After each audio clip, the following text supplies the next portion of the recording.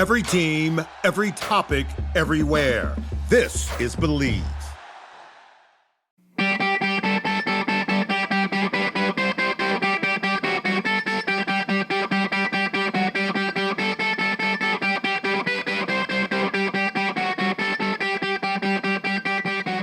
What's up, everybody? Friday Face-Off here today. We got a fun topic. 10 minutes are on the clock.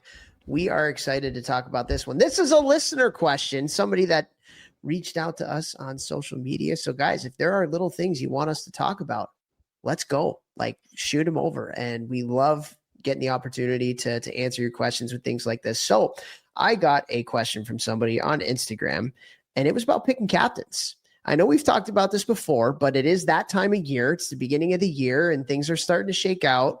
And so I know what you're going to say. If I am general in this, you'll say, what age, Topher?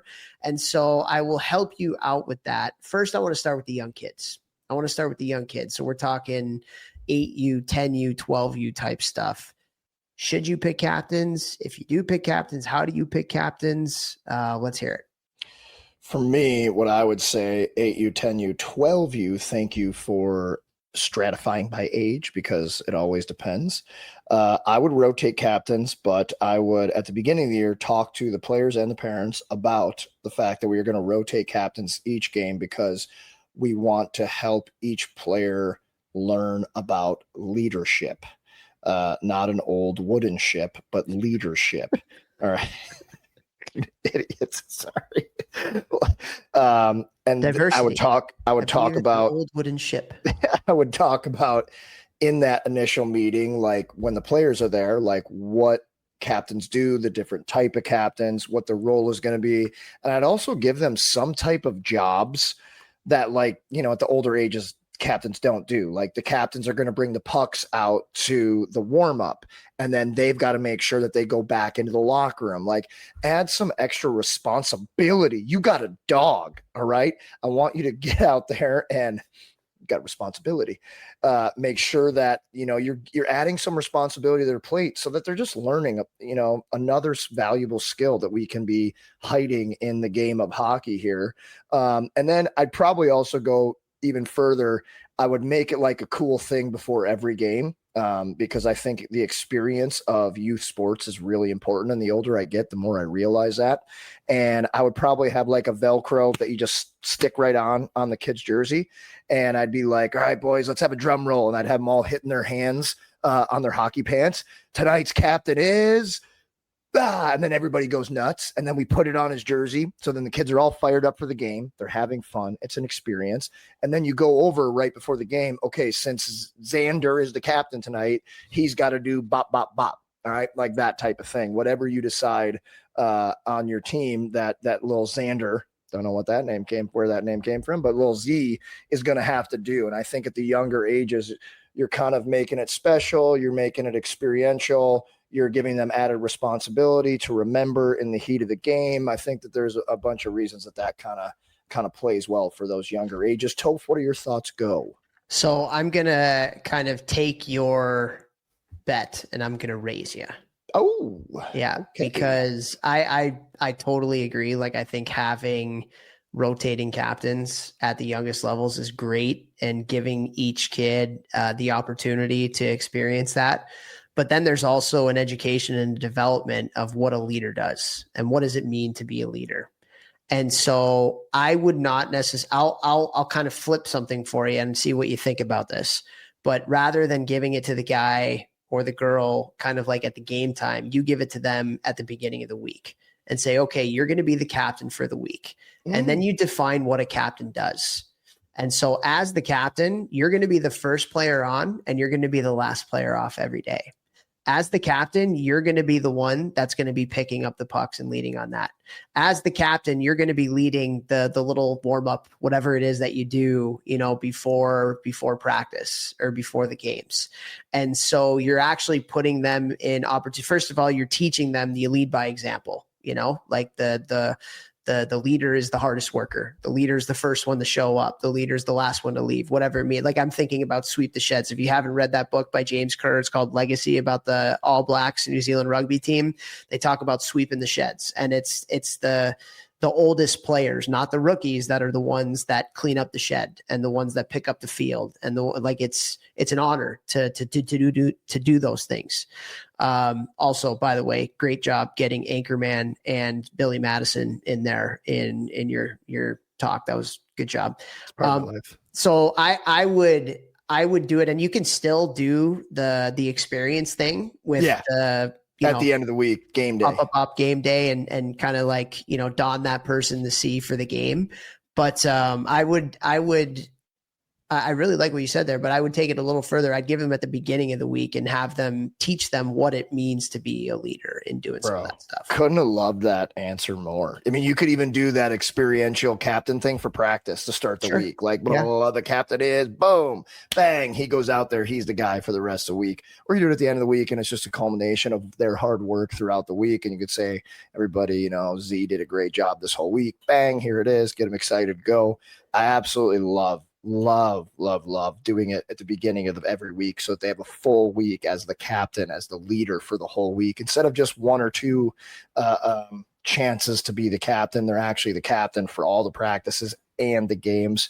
Your answer is better. You win. I am the weakest link. Goodbye. Goodbye. Also, I do have to say, respect for all the Xanders in the world. And the reason why I say that is there's very few kids who, when you do a nickname, they take the last half of your name, not the first half of your name. I am one of those people where my parents took the last half of my full first name, and Xander usually comes from Alexander. So that is also a back half nickname. So couple of back half boys. But no, like I think at the youngest ages, it's about, teaching kids how to do it. And then maybe when you get a little bit later in the year, you can kind of vote for it. Like vote for, like, everybody's got an opportunity to kind of don the role. And now let's think about who actually are the leaders on the team, and rewarding those kids who are doing the things that you've asked them to do in a leadership role.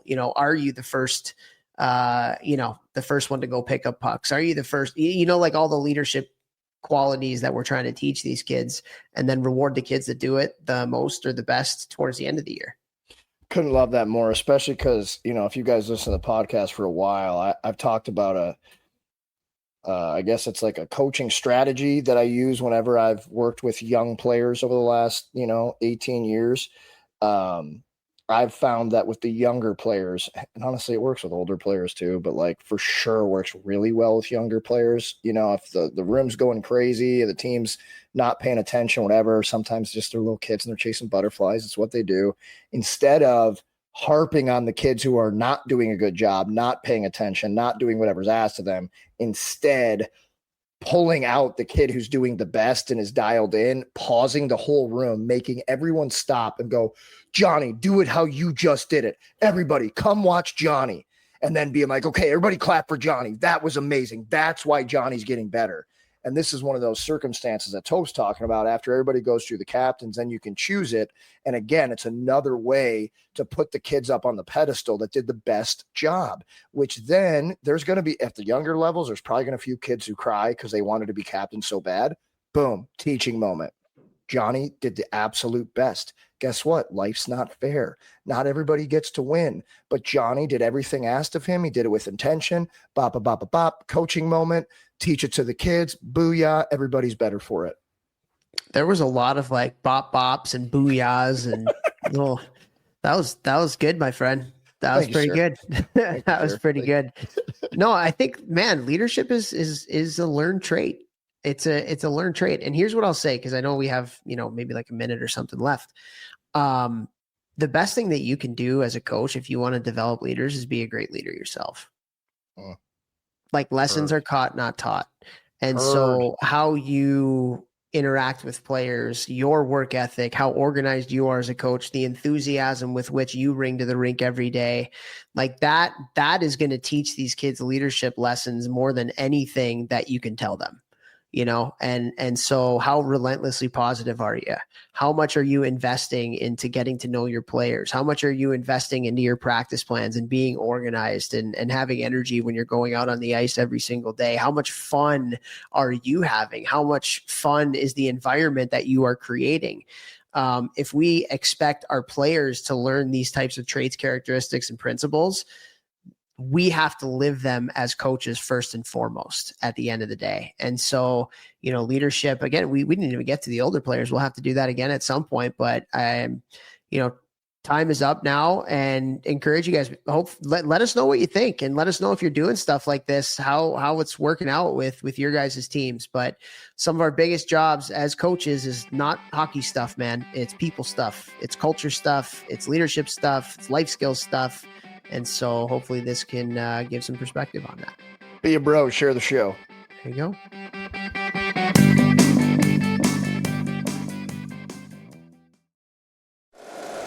If you like the show, please take a moment to rate, review, and subscribe. It really does help the show to grow.